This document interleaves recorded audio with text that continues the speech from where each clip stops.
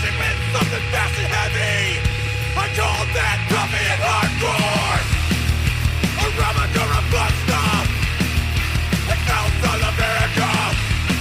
You can't go wrong. It's time for coffee and hardcore. I drink my coffee like I drink my hardcore. Fast and bold, dark and strong. The cream or sugar will suck things up. Can't think of a better duo. Coffee and hardcore. Coffee and hardcore. Hey, what's up? This is Ekeraj from Back to Godhead, and you're listening to the Coffee and Hardcore Podcast.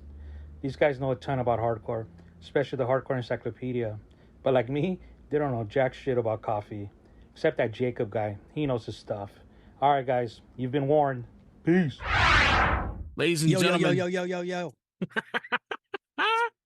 You are the last caller ever on hot ice. Mick, I want to fill your thick ass up with corn dogs. What the?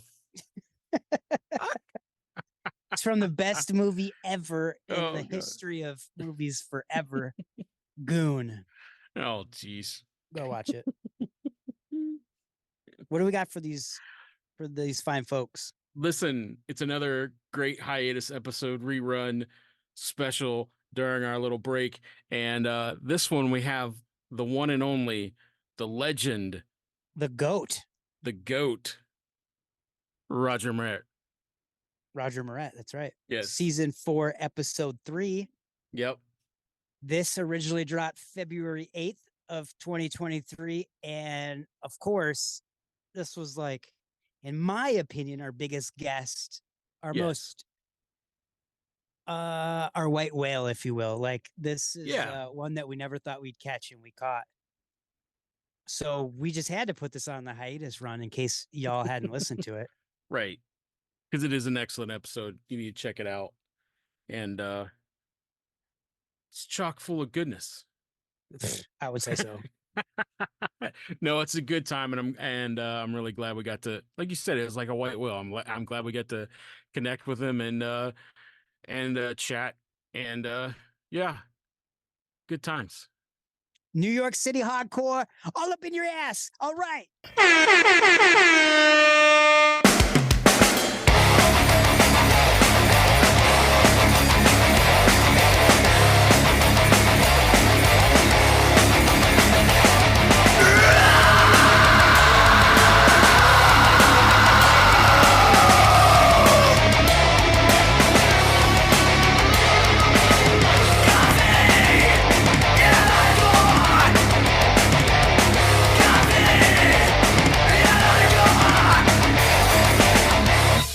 Hey, it's episode 3, season 4 of the Coffee and Hardcore Podcast, and this is a big one, ladies and gentlemen. So let's just get right to it.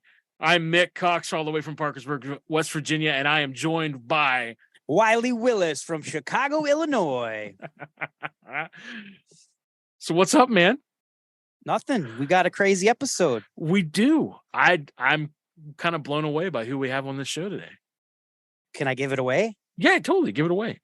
The one, the only, Roger the GOAT Miret from Agnostic Front.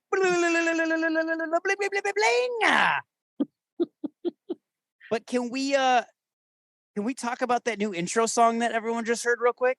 Oh, yeah, we probably need to say something about that too. Yeah.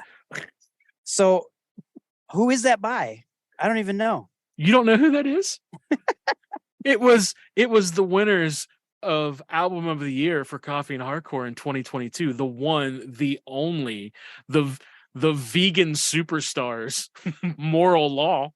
Yeah. That track is out of this universe. I'm honored that they did that for us. Yeah.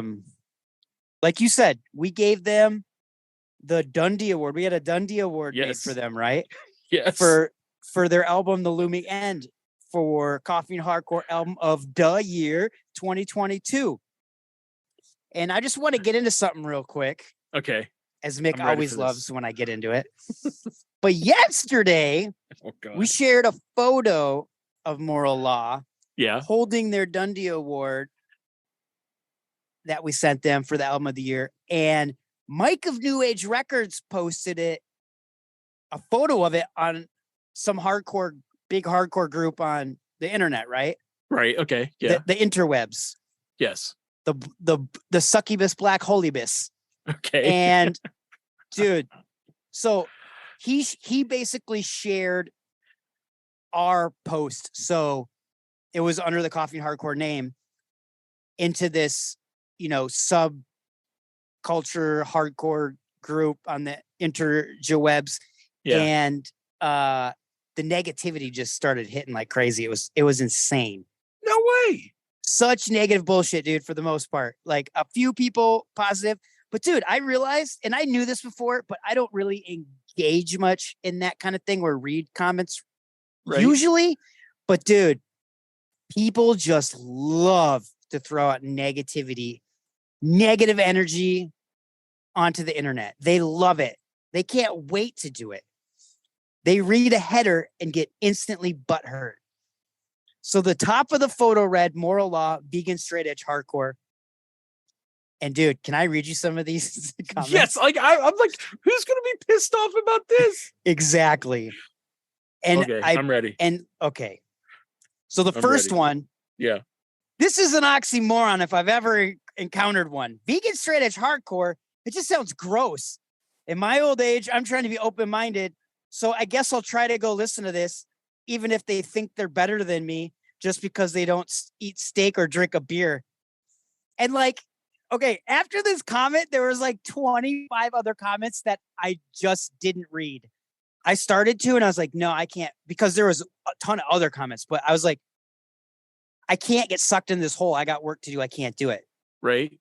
Because there was a ton. So anyways, another one was, there is no justification. There's murder, which, okay, that's the lyric.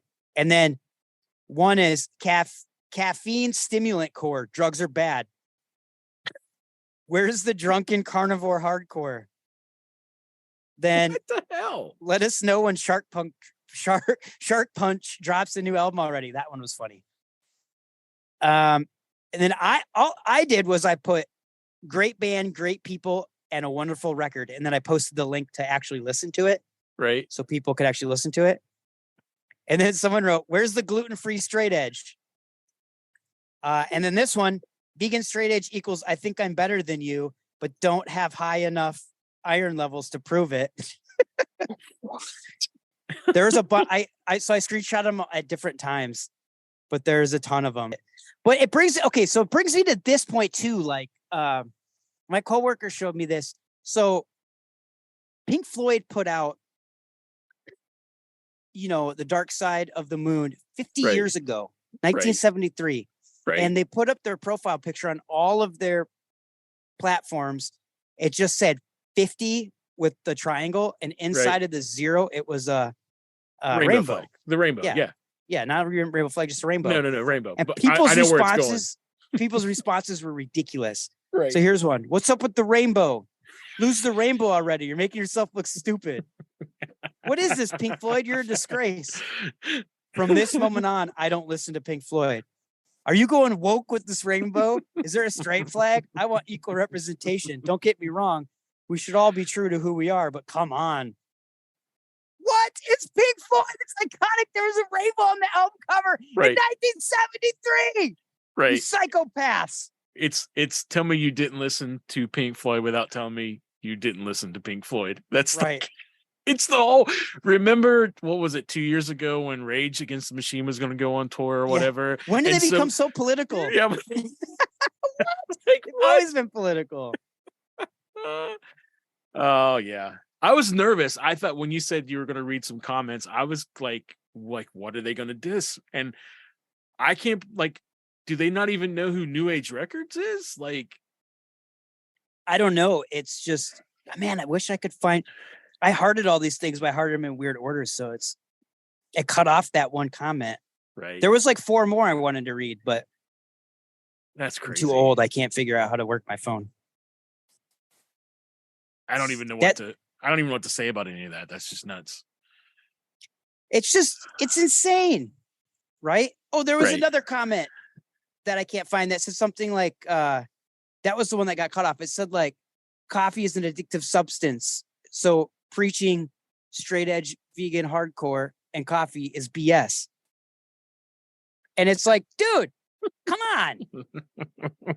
We all know what Ian Mackay said about caffeine, don't we? Right. Let's drop it right now, Mick. Let's let him know. I said, oh, tell your friend, fuck you. That's right, Ian. You tell him. You tell him. F you. Oh, gosh. Anyways, we have Roger Miret of Agnostic Front. With Stephen of Friskie Morris got to join me on that. That was cool because you guys couldn't do it. We also have a track from Organism. Yes. Right? Yes, we that do. You love. I do. I love it. Absolutely. Love it. And an exclusive new single from Chicago's own Through and Through. A Coffee and Hardcore exclusive. That's right. You'll hear it here first. Should we just get into this? Yeah, we should. Too much ranting. I'm sorry. I had to do it. Do you want to drop it? Yes, let's drop it right now. Let's do it. Here we go. Boom. Hey, what's up, Coffee and Hardcore? This is Ruben from Through and Through, and you're about to listen to our new single, Barrio Nocturno. Thank you, Wiley, for always exposing our music and having great talks about hardcore and heavy metal with me. So, this is our new single, Barrio Nocturno, from the Heavy Metal Kings.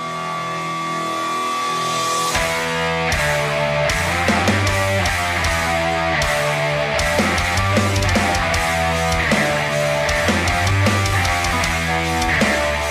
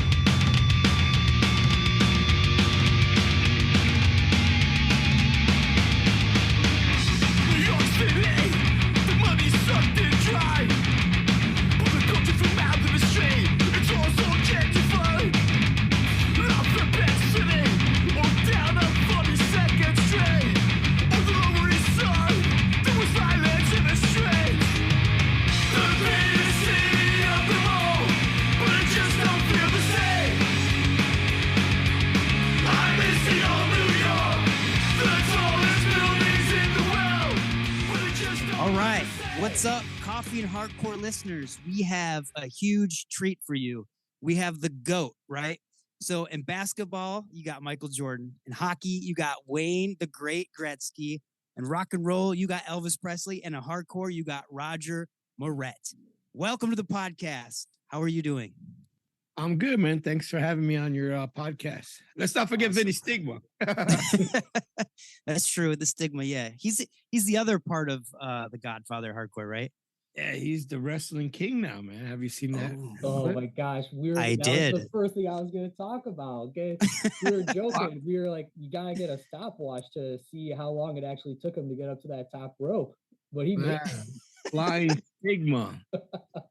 It was amazing. Yeah, we actually talked about that in the pre-chat about the podcast. Stephen asked me if I saw it. I was like, absolutely, and it was so great. All right, Stephen, take it over. Yeah.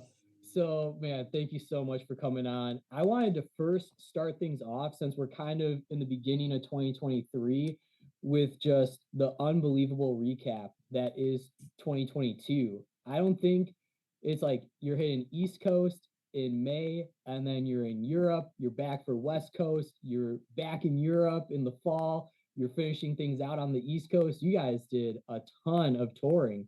How was that, kind of getting back into the swing of things with so many things being canceled and having like a somewhat normal tour schedule now? It was, I'll be honest with you. I mean, we keep it real. We don't like any days off. So, I mean, if it was up to me, we wouldn't have any days off. But we were on the American tour, we were sick of it all, and they want their days off, And I was actually grateful of those days off for the first time in my life. But it was hard. It was hard. The shows were great. People were excited to come back to shows. Mm-hmm. But it was difficult. It was difficult for me because my I'm still under 2 years on my first and a year on my second surgery. So it was kind of hard to go jump back in there, while I still really needed to recover for a couple of years. Yeah, I know there was they hint a little bit in the documentary that we'll talk about that came out, that's now kind of available in a more widespread capacity from its initial release in 19.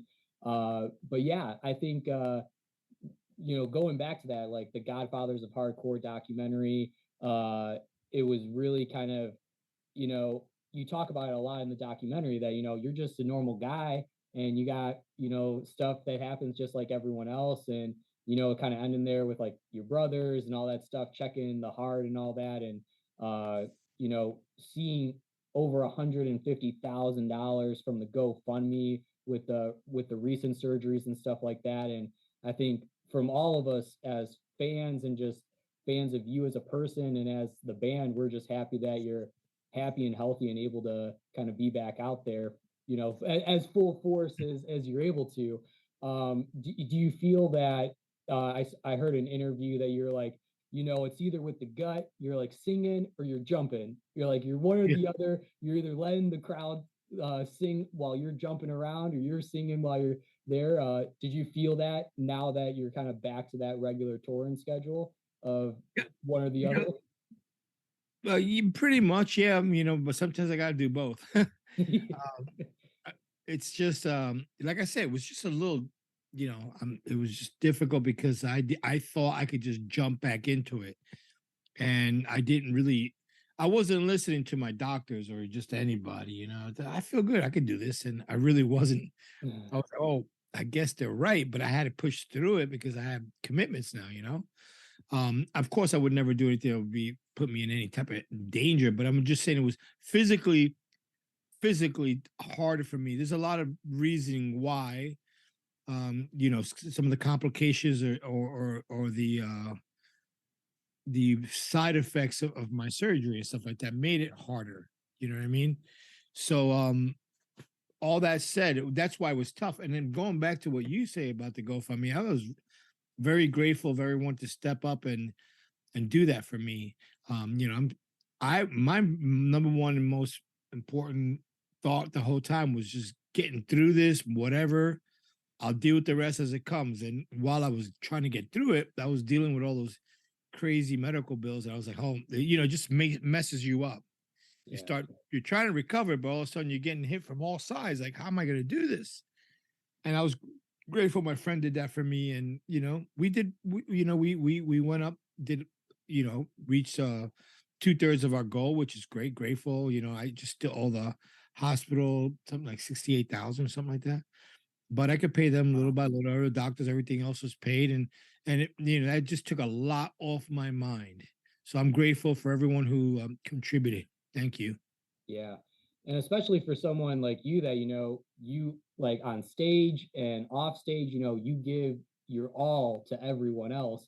And it's nice to kind of see that, like how you're saying, like, oh, now I have to do this and I have to do this. And it's like some people were like, no, we got this. Like, you just focus on you. Yeah, I was totally surprised. I didn't think it was gonna be as grateful as it was, to be honest with you.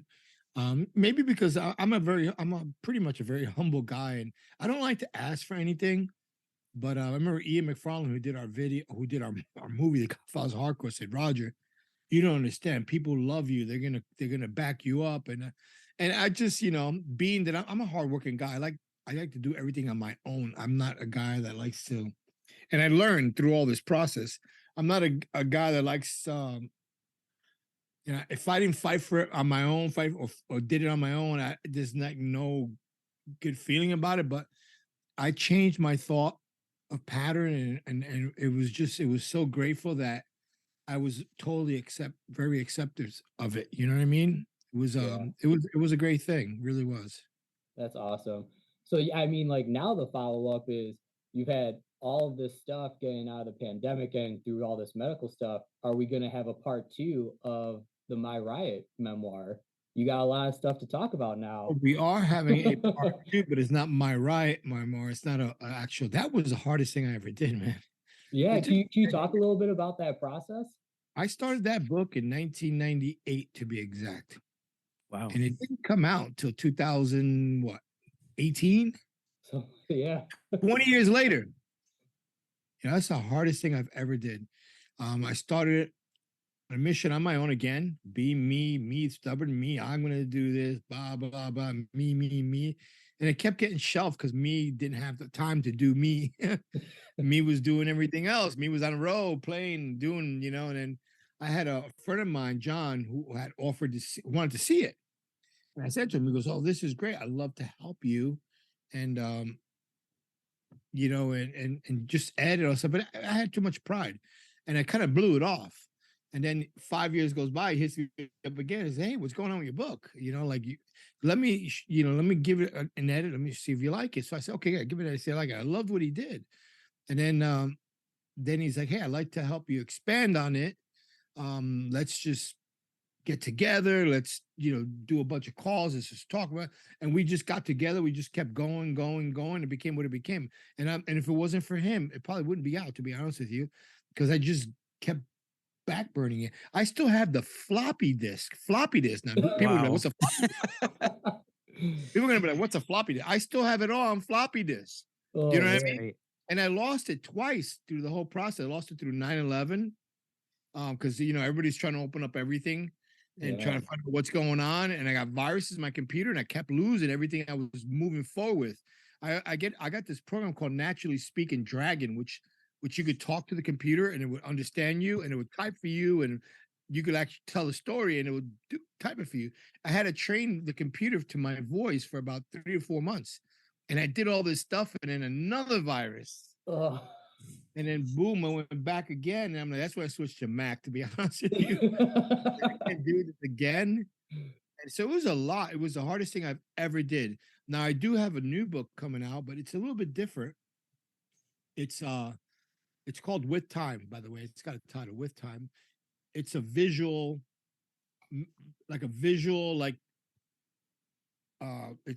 it's two things. It's like a visual of my full Agnostic Front only collection of everything I've got, all kinds of really cool stuff that people haven't seen, but it's like a coffee. It's 11 by 17. It's beautifully done, like very museum like quality, And then I kept a diary in our very first U.S. national tour, and it's got that diary in there with like you could follow the diary as we're going through city by city. Oh, it's got wow. Photos. It's got clips out of it. So it tells that story of that tour along with a bunch of other stuff going on. But it's very visual. It's very different. Oh, nice. I wanted to do something as a collector. I've always been a huge record collector. Yeah, no, that's great. When will that be available? That's supposed to be out in the middle of this year, to be honest. Oh, nice.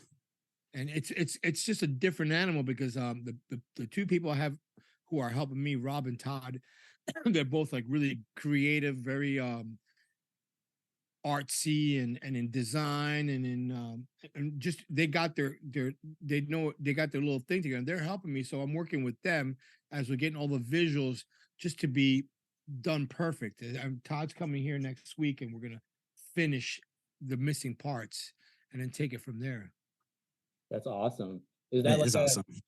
I feel like you having all the issues with the like talking software and like the years to get the memoir done. This is kind of like the little like attaboy where you're just like, hey, this is all like just positioning and like making sure the flow and the storytelling. Because like with the diary pages, with the juxtaposition of the visual to some of those pages, like I'm sure there was still a really concerted effort with like the storytelling of the book of like, you know, all that stuff as well. Are there, as you were going through that journal, were there any that like really jumped out either in a humorous way or in a serious way of kind of, oh man, I totally forgot about that? Oh, absolutely. What was cool about that is I totally forgot I had it to begin with. It was actually in that very one trunk, because I had a few of them over here. If you watch the beginning of the Godfather, yeah, it's in the documentary. Yeah, I'm opening up a trunk. It was actually in that exact trunk. I still have the trunk. It's right over here. I've got everything. You know what I mean? And then I'm like, oh shit, this is the diary we kept. You know. And then what was really cool about it is I got to meet up with the guys, me, Vinnie, Jimmy, and Kabula, Rob Kabula, and we sat around and we just went through the diary page by page and just shooting the shit memories and stuff. And I did an amendment to it. So in the back of in the middle of the diary, I said a whole amendment done later on of things that we're like, oh, remember this, remember that, just you know, other thoughts and stuff, which is not part of the book. But it's really cool that we got to reminisce all that stuff, and it was a lot of cool. It was a crazy. Let me tell you, there's some crazy stuff in there. We on that very first tour, I think I talked about it in my book. We saw an actual real Ku Klux Klan rally by freak accident. It was the craziest thing I've ever seen in my life. We all did. We all just pulled over like, what the fuck? And we're on the side of the highway. We're like quietly looking, and we got all nervous. Like, let's get out of here. And we left. We just went driving. You know, wow, that's how nuts. bad it was back then. And what year was this? This is only 1985. Oh wow! You know, and then we saw the same thing down south. We went. I went to some regular like gas stop and everything, and they still had bathrooms in. I forgot where we were, but it's in the diary where it says water, whites only, no black, stuff like that. I was like, wow, this is 1985. It was bugged out. You know what I mean? Like that is crazy. It was wild. We played a bar mitzvah on that tour. It's just so much, you know. So it was cool. That has to be the coolest kid. Like now it's like, oh, I had some DJ play. Like there's some kid going back to class. We had Agnostic Front. Like, oh yeah, no big deal or anything, but Agnostic Front played my bar mitzvah, like mic drop, like I wish that school. You know, it was a kid and three of his friends, and then it was in a real bar mitzvah. It was like in a real, like where people get married, and all that stuff. Fancy. Here we are on tour, 4 bald guys, all dirty, playing Victim and Pain and United Blood twice. Nobody knew what was going on. The kid and his friends were so excited. But you know what? I wish that kid would come. Because you know, I've been trying to. There's got to be footage or something like that. Like I wish he would come forward. I've mentioned it a bunch of times already. Like we've never done a wedding. We've never done anything else, but we've done a bar mitzvah. You know, it's just bugged out. You know, we got to find that kid. Release the footage. Find that kid. Yeah. Imagine if he's got footage. Oh my He's God. got to. They always record bar mitzvahs. You got like some parent like with We one of those stayed at his like, house that night. We stayed at his house. Oh my It got a little gosh. weird. We stayed at his house. His mom took us out for ice cream. and it got really strange. It got strange. It got. Like, I need to hear the story. How did it get strange? It got strange. Like, like tucking people in bed and stuff like that. It got strange. It got strange. It's amazing. But that was probably like he was probably in heaven at that point. He's like, oh my gosh, my favorite rock band, heavy band, is like staying at my house. Played his bar mitzvah, stayed at his house. That's amazing.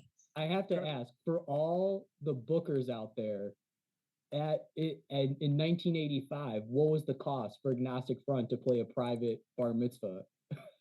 I think it might and lodging. I think it was probably one of the only 2 real good paying shows ever. I think it was like maybe $500 back then. Yeah, 2 shows that paid that in the Olympic Auditorium. That funded your tour, huh? That funded your tour back then, right? Those 2 shows. Yeah, the tour. What's funny about the tour is it's like 2 months long. We only played like 20 shows. So and dates kept getting canceled in between. You're hustling for stuff, and we spent a lot of time like in people's houses for 3 or 4 days, just hanging out. Yeah. We joined every military base every military you could think of on that whole tour. No one ever called us in. We were just, let's go join the Navy today. Let's go join the Army today. It was wild. You just went to recruiter?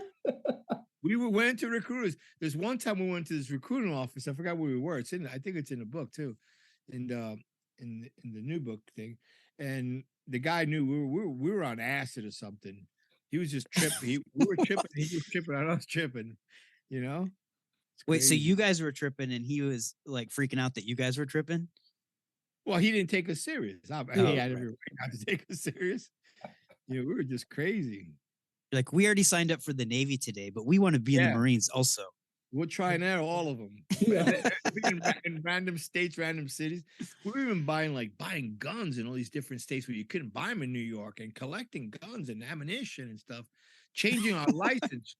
Because I remember being in Florida, and they're like, "Oh, you can't. You need to have a Florida state license to get a gun." So we wink, right? We grabbed an address that was locally nearby because I wasn't down south yet, but where my family is. We all changed our address to that, and when we went in and said, "This is our new address," and we just moved there. Boom! They just gave us license, and I remember in that particular license itself, I'm wearing a bandana. Weird, you're wearing a bandana. And then my wife, I kept that license till 2006. I kept renewing it because and every time I got pulled over when I wasn't in New York City, I would pull that license and nothing was connected. So who knows how many tickets I got over there and vice versa. You know what I mean? Well, because they don't let you wear headwear, right? No. So my wife, when I got married, she made me stop all my dumb things. All your shenanigans. She's like, you're going to go to jail. And that's where you live vicariously through Stigma now with the wrestling and all the other antics. Yeah, he's my guitar hero. Oh, that's funny. So no police officer, nobody questioned the bandana in the. Never. That's hilarious. And I wish I had a photo of it before I turned it in, but I'm wearing a bandana. Wow, it was wild, and I started thinking, even though before all this, and we're talking about photo ID license. When I first joined the band, we first started even doing dates. There was no photo ID required, so all you had to do was show them. It was a license. It had no photo, nothing. Said how old you were, your date, and brown hair, blue eyes, 5'8", 120 pounds. That's it. That was your license. That could have been anybody. Yeah. That's how easy it was to get into anywhere and do anything. All you had to do is borrow that piece of paper. You mean like going to a club or whatever? Yeah. Anything. That's Rent a car. Till about 1984, 85, it started becoming like with a photo. Wow. That's nuts. Yeah. We've come so far. Crazy. And then it's like now kind of going back to present day, you have that tour in 85, 86 Cause for Alarm comes out, and now you just put out in October a new music video for the Eliminator with the 2020 7-inch that came out. that it's Toxic Shock, Eliminator, and is there another one on that 7-inch? Or is it just those two tracks when you redid all Cause for Alarm? Them two. Mm-hmm. So okay, I thought there was 3. I was wrong. Sorry, Steven. So can you talk a little bit about like why was it Cause for Alarm that you chose that album to redo tracks? Like how did you pick those 2 tracks? Talk a little bit about how that 7-inch came about, because that release date, like unofficially, had to have been, if not right around everything shutting down in March of 2020. Well, I'm sorry. I had let me just repeat that a minute. Yeah. So with the Eliminator and Toxic Shock being on that 7-inch, like what was it about those tracks? Or what was it about the Cause for Alarm album that made you choose that out of your whole discography to redo?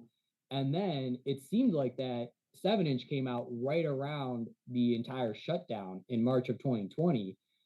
So like talk a little bit about like what happened to the release after all of that. Did it kind of get like mucked up with everything else, and that's why you're kind of putting the music video and everything out now for it?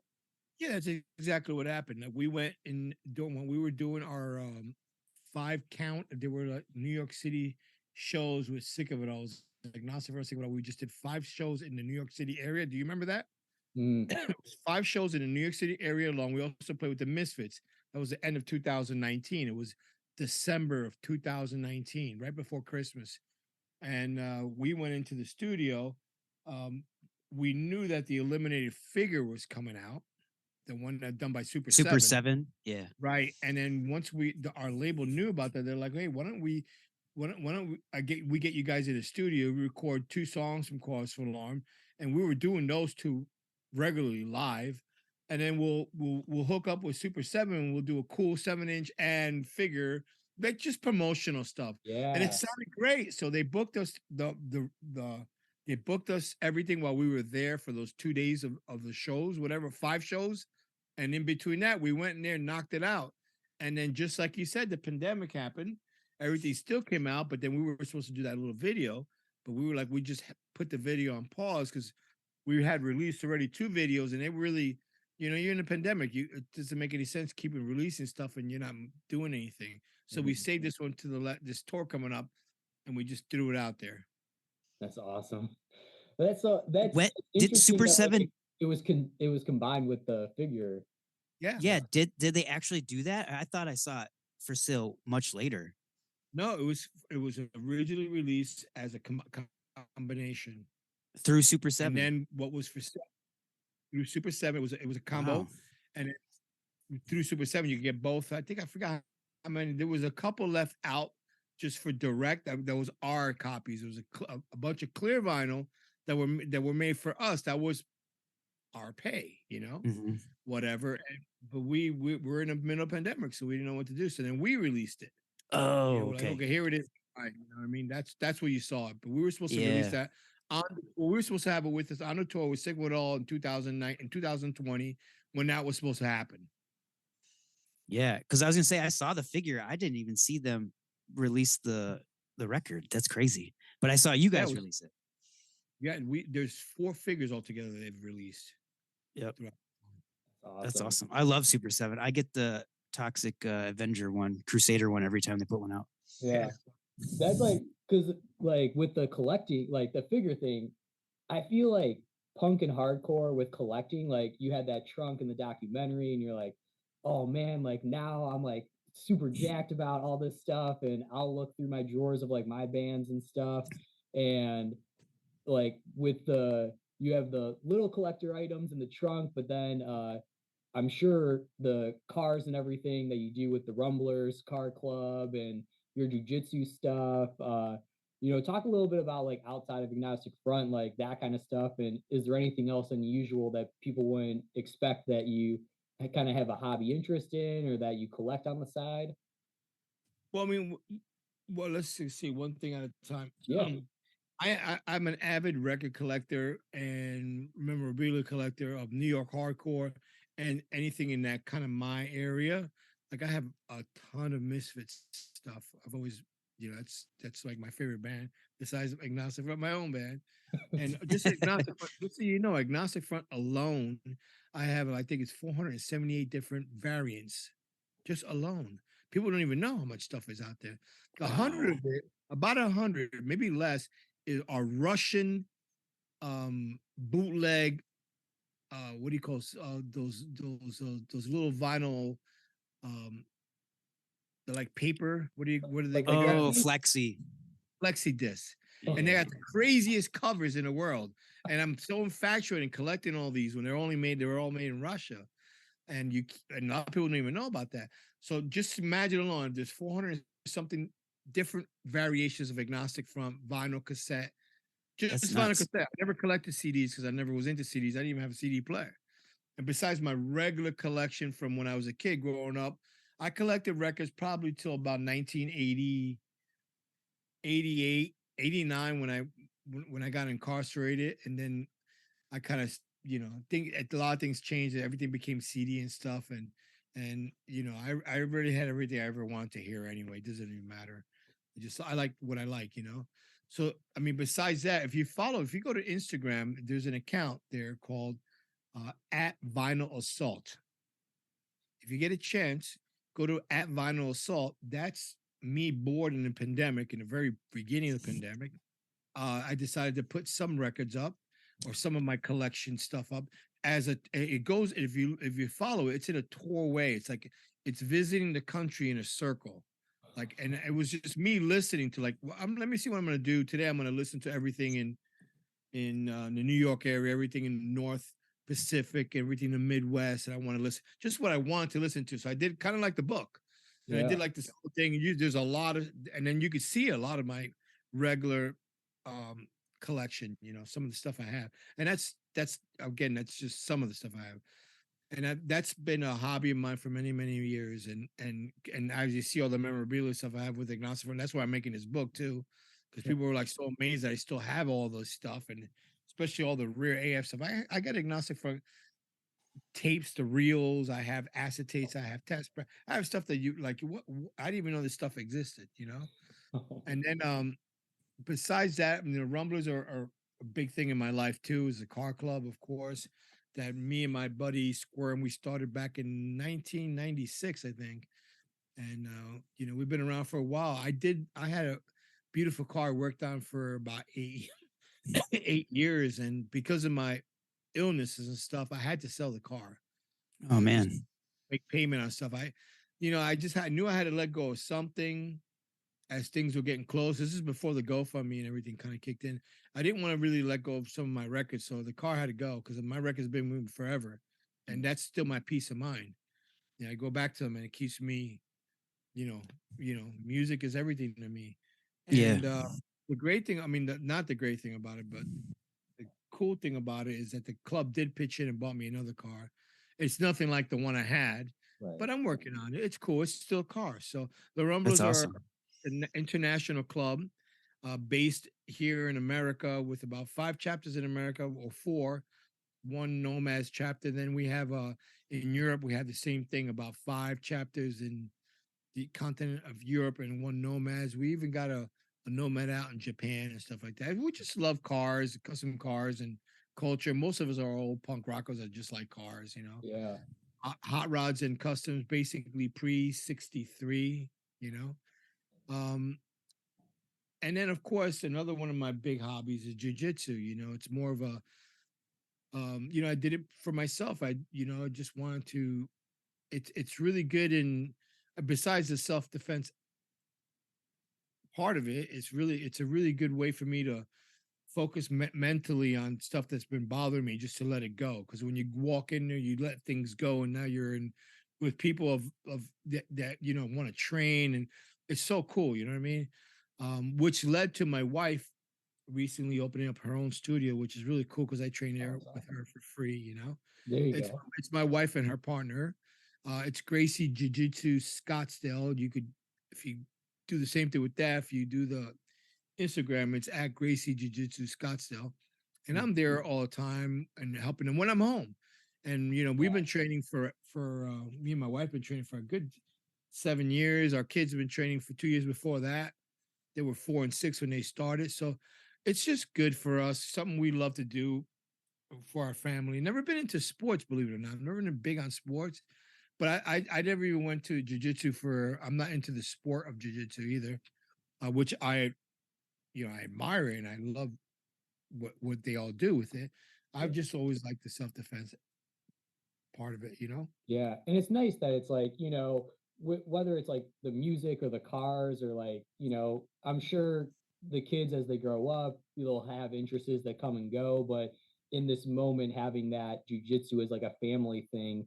And it's I mean, from what I've heard and my buddies that do jujitsu, it's like you check the ego at the door, and it is such a humbling experience that you could be the biggest guy in the room and get taken down by someone half your size in that gym. Yeah, and that's the whole thing. It's so true because a lot of people always,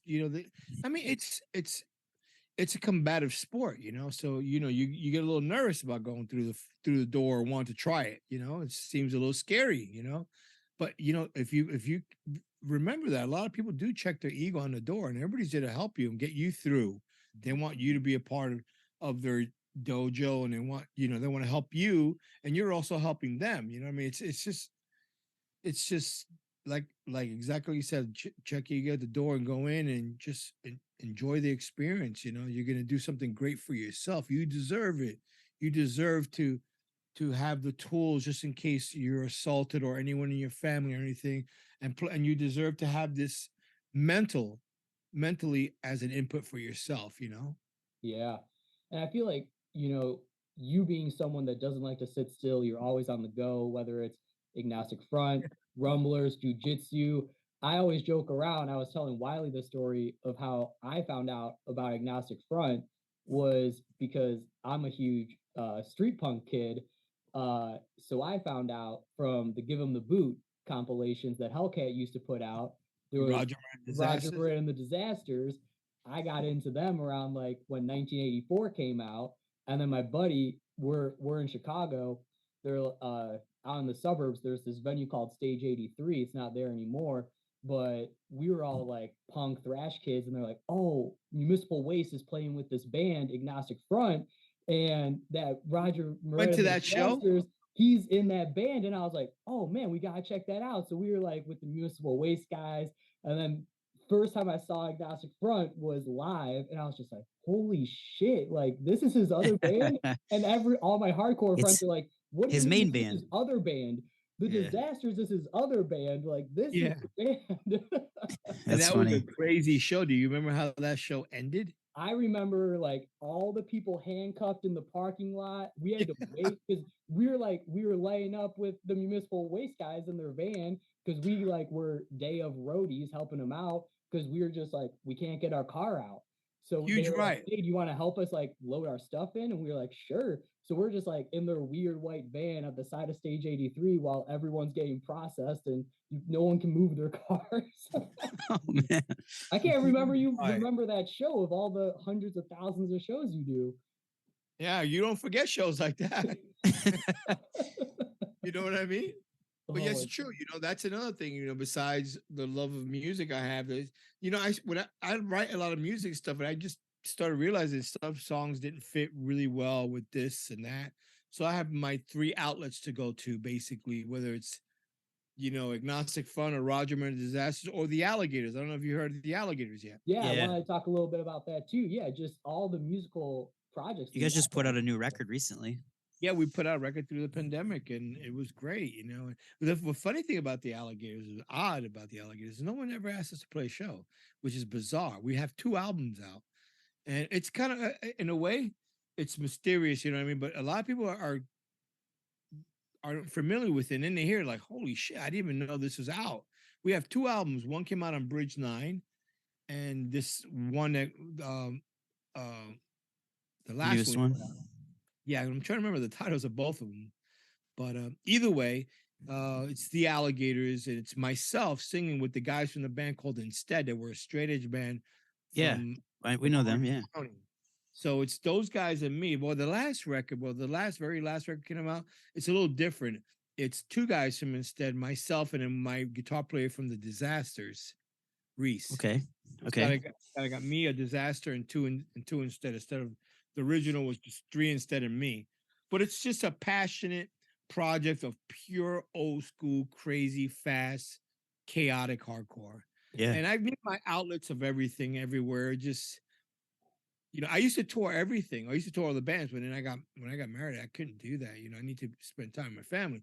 But when I wasn't, I was still, out and crazy, had nothing to do in my life. I'll be on the road 370 days if you give it to me. You know what I mean? Not now. Now I want to be with my kids, Yeah. Oh man. But hey, just so you know, we are going to record something short we are recording an album with Agnostic Front. We are recording an album with the Disasters and something with the Alligators. I'm trying to get all those 3 done this year. That's all in the studio at the same all time. 3. No, yeah, not the same time. But I know. I just there was like a 20 questions with you, and it was like live show or recording, and without skipping a beat, you were like live show.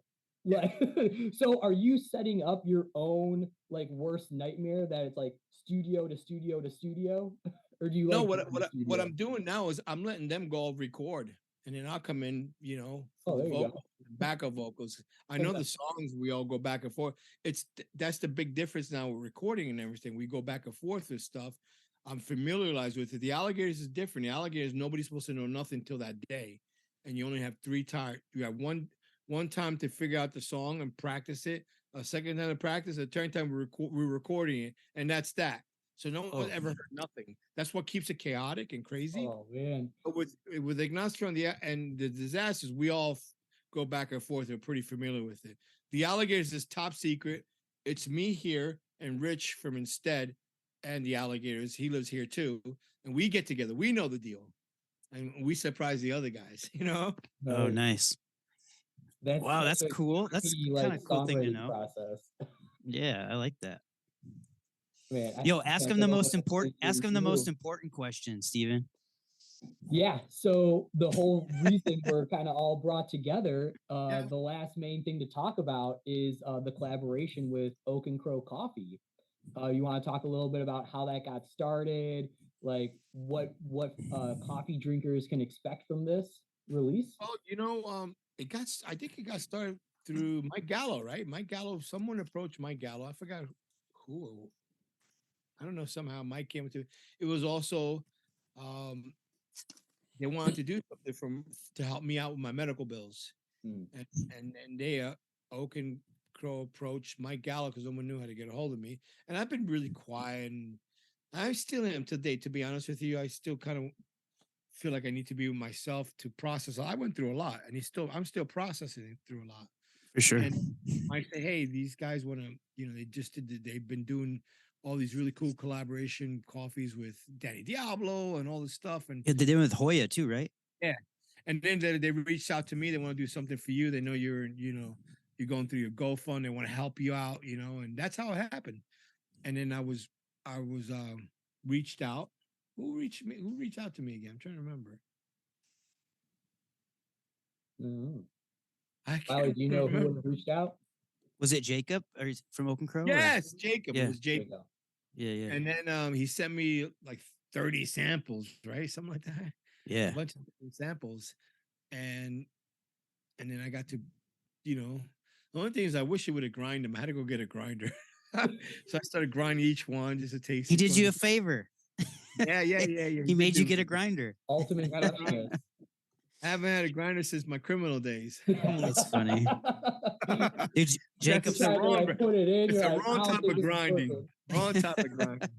But anyway, it was a solid dude though. Because I got all this really good coffee and I got to taste it all. It was fun. It was something new to do. But I had to be careful. I couldn't do it all in one shot. I spread it out through about a week. Yeah. You don't want the jitters. A week, I didn't want to go crazy. And everybody at the time, just about everybody at Agnostic Front is a coffee drinker. Now some of the guys are drinking teas, and me and Vinnie still drink coffee. Craig, who was a big coffee drinker, now drinks green tea, and the other, and Mike doesn't drink coffee at all. He never liked coffee. It's weird. And Danny does. Danny drinks coffee, but not like we drink coffee, But I had to stop, by the way. Coffee was medical reasons. Yeah, they restricted it from me. I'm not allowed to drink any coffee. I'm allowed if they'll let me have like very like maybe a shot if because my heart doctor says I need it. They're saying I can't. So it's kind of crazy, you know what I mean? Yeah. So because of Do you drink decaf ever? Yeah, but it's something to do with the nightshades. Oh. It's something to do with that. And if the crazy ass is I'm missing parts in my body that do not do well with acidic foods. And I got you. I had to stop eating pizza. Like, whoa. No. Can you imagine? Pizza? No Italian food. I can't have any tomato sauce. Anything acidic. It's just my whole diet, everything had to change. So it was kind of boiled potatoes. Took all the fun out of it, you know. Like what's a donut without a cup of coffee? You know what I mean? No pizza. Let's get back to that. Well, let's get back to donuts and coffee. You know, that's funny. But you're trying all these. Sorry, go ahead.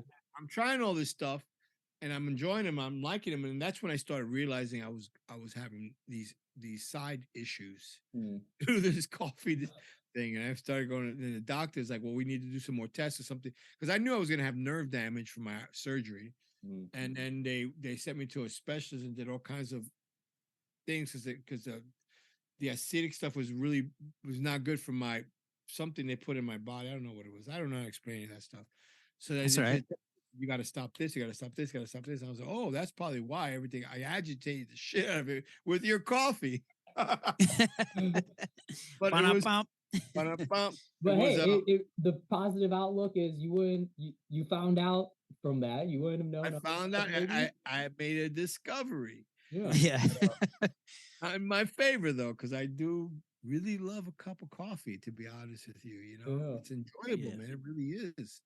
And you had the one I picked was smooth. It was really nice, big, bold. I loved it.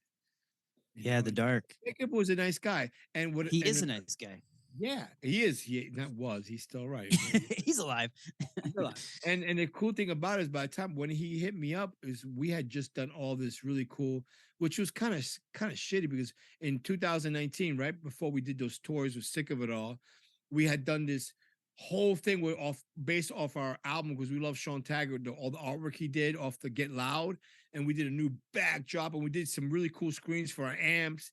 And on the Persistence tour, and here you are getting ready to use it again, and boom, everything gets locked down. So we did all this stuff that's pretty much useless right now because we had to do a new record, and then we had that image, and I sent that to Jacob. I said, "Yes, you see my phone telling me that's not nice. Siri's checking in on us." So I had that art from that image that we were going to go bad with whatever. And it was the same thing time as the Eliminator and all that stuff was happening. I said, let's just go with that. Kills my business. Yeah. Speaking of art, Mick, how'd you guys hook up with Mick Lambrou? Same way through the pandemic, through Mike Gallo, him, and because you know, I was just very removed from stuff. I just didn't want to deal with stuff, you know. And Mike Gallo was the one I made all the contacts, everything, you know, because I was just like, I don't really want to talk to nobody right now. You know, I was just going through my own mental. Sure. Struggle. I had to get through it myself before I was able to come out, you know. Yeah. Yeah. But Mick's artwork is amazing. Mick is great. He's great. Yeah. He's fantastic. Man, so Wiley, is that coffee available now for folks? Yeah, hell yeah. Coffee's available. Go buy 2 bags. They can get the coffee and hardcore coffee. It'll be on the link. Coffee. We'll link it. Link all of it. It's a good coffee, man. It's smooth and it's bold at the same time, and that's hard to find. It's into the void. Or something. It's really good. So now your perfect summer morning is a cup of Agnostic Front coffee. That's right. The With Time coffee table book that's going to be coming out. Well, I'm getting that new Agnostic Front record that's going to be recorded this year. It's just going to be the perfect setting with your coffee and the vinyl playing, and you're flipping through the pages of the book. It's shaping up to be an Agnostic Front year coming up. Hell yeah, it's the best year. I've had some pictures sent to me of some people that bought the coffee and they're actually reading the Miret book, and they got the coffee and the Miret book, and That's awesome. And they're enjoying a cup of coffee with the Miret book, so it's pretty cool. Yeah. I had a bag here, but I must have brought it home. Oh well. Man. Oh, good. Man. Cool. I think it's a nice kind of like cherry on top end to it. I gotta hit up Jacob. You mentioned that, and I don't think I've seen the whole thing together, but I never got a bag of it myself. And I'm really? To get a bag, dude, just somewhere. He'll send you a bag for sure. Yeah. I just totally forgot. I'll text him when we get done. I'll be like, "Yo, you're sending Roger a bag." Stigma wanted a bag too. He's like, "Can you give me a bag of that coffee?" Dude, give us your address, and we will send you 2 bags of coffee. Well, send one to him. Send one to me. That's what I mean. Yeah. If you give me Stigma and your address, I'll send it to Jacob, and we'll get that going. Yeah. Cool.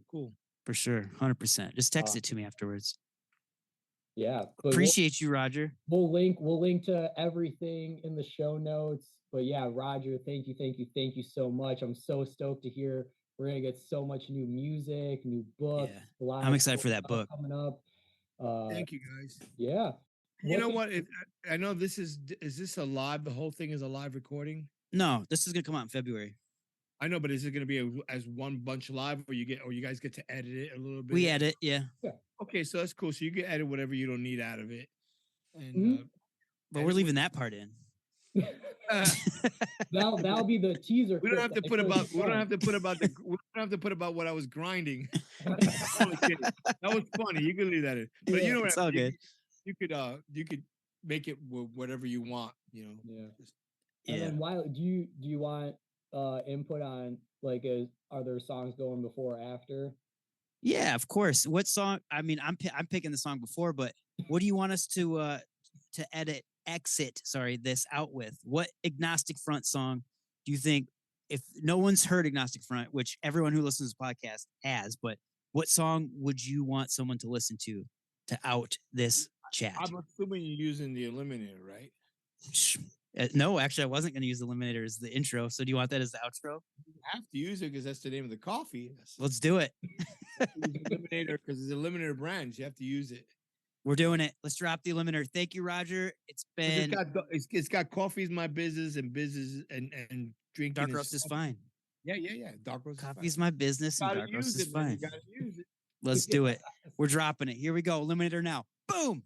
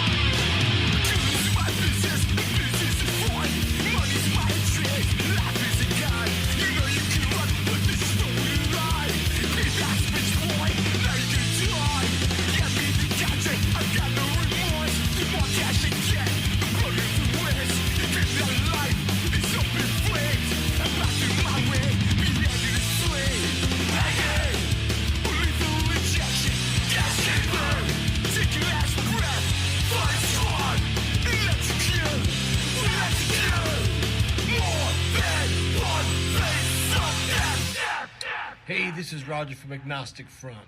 Oak and Crow and AF bring you the limited dark roast coffee. That's right, coffee is our business and dark roast is fine. Love that slogan. Anyway, Oak and Crow is the official sponsor of the Coffee and Hardcore podcast. Get yours at oakandcrow.com. See you in the pit. Remember, coffee is our business and dark roast is fine. Hey, this is Leo Mata from Organism. Shout out Wiley for free coffee and shout out Coffee and Hardcore. This is Hora de la Loba by Organism.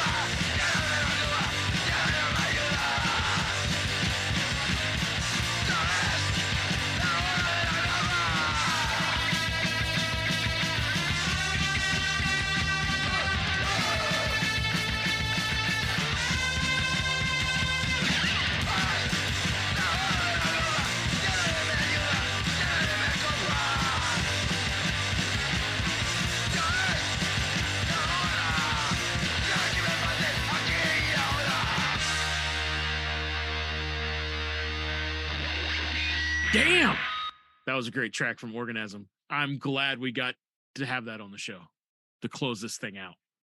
100%. Great song. Great track. And you work with the singer, right? Yeah, Leo. Yep. Leo. Yeah, he's a cool dude. Such a cool dude. A couple times that I've seen him in the random FaceTime videos that we've done, and he's been in the background. Yeah, and he's going to send you a tape too. Yeah, that's cool. Organism tape. Dude, the I don't know, the tape just the whole Xerox look so reminds me of 90s demo tapes. It's so awesome. I love it. I have to have it. Yeah. That's cool. It's really good. I am a fan, and I know you were telling me how much you really liked it too. So yeah, he appreciated that. I let him know. Yeah, so you need to go and check that out. You need to go and check out is the Through and Through track going to be able to get or not yet? Not yet. No, we're exclusive. We're exclusive. You heard it here. So you're going to have to go back and listen to this episode over and over again to hear that track. That's right. Dude, it's such a good track, too. It is. It's brutal. It's brutal. Such a good track. And we had the one and only, the GOAT on this episode. GOAT? Yes. Roger. So I kind of messed up, right? My fault. I double booked. So next time we're going to have another band. We are. I'm jacking up the format this early. Right. And on this episode you had it was you and Stephen DeFalco. Yep. And then on the next episode at the end of the month, it's going to be myself and Stephen DeFalco. Yeah. So pretty cool. So we're gonna have contact. Yeah, we're gonna have contact on Patient Zero Records. That's right. Up there with Bitter Truth and Last Gasp and Discourage on? Discourage, yes, and Discourage. Yeah, our buddy Matt's in that band. Our buddy Matt. Matt. So hey, listen, if you dug this episode, like maybe this is the first time checking us out because hey, we did have the one and only Roger Miret on, and we're retiring. Yeah, we could be done now. But if this is your first time, hey, like us on our Instagram page, InstaPal, and check out our stuff. Help us get the word out. And Wiley, I found something out today. You're going to be amazed by this. Yes, please tell me. For the longest time, our listeners frequented Spotify a whole lot. That was where a majority of our listeners have come from. But can I tell you, in I would say this last half of 2022, going into 2023, it is now a dead even heat between Apple listeners and Spotify. It's like they're fighting one another. It's like that's legit, crazy. like I think 48 and 47% on each side, and there's some people that use the other stuff, but yeah, crazy. There is no other stuff, but yeah. So the stone pad, so give us some stars or some likes on those places too. That gets us up in the algorithm so other people could find us and see us. And I'll take some smiley faces. And some smiley faces, whatever some you stickers, got. Pony stickers. I'll take them. Just help us out, get the word out, and it'll be great. Mail me some iced coffee in an envelope, please. Iced coffee in an envelope. Jeez. Well, don't freeze. It's cold. That's right. That's right. True. So can I say something? I might get arrested by saying this, but okay. Not really. So so right when you go outside of my work, they knock down this building and it's an empty lot and it's perfect for an ice hockey rink. We are really thinking about going out and flooding it and playing ice hockey out there. You think we'll get in trouble?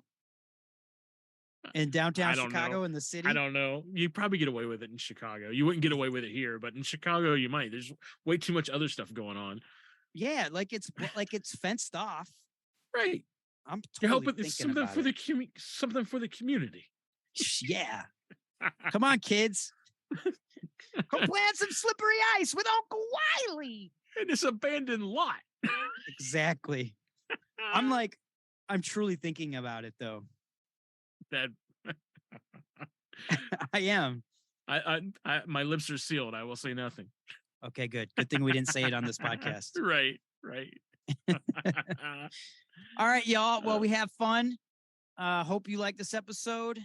And if you didn't, you suck butts. Goodbye.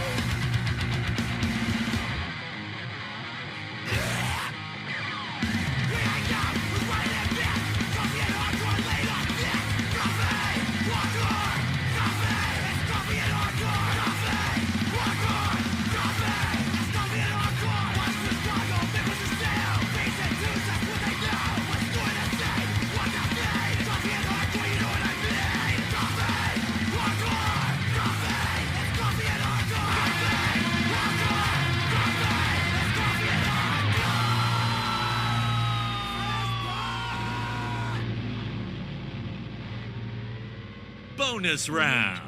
All right, guys. Thank you so much. I am just like I'm still my car ride home is gonna be like I can't believe he remembers that Stage 83 show. That show was so that was crazy, wild. Right? And that was the first time That's awesome. I was back because I was like going on the boogie boards and like because I'm used to municipal waste shows, and then I just see this guy being like, if she's gonna hit like a girl, I'm gonna hit her like a girl. And I'm like, what the fuck is happening? And I'm like people are on the pool table, and I'm just like, we go outside and all those people are in handcuffs in the parking lot. And I was just like, man, like you guys, bro. Oh, that's nuts. Crazy. All right. Yeah, dude. So thank you so much for taking the time. We really appreciate it. All right, awesome. Man. Be good, guys. Thank you. Talk to you later, man.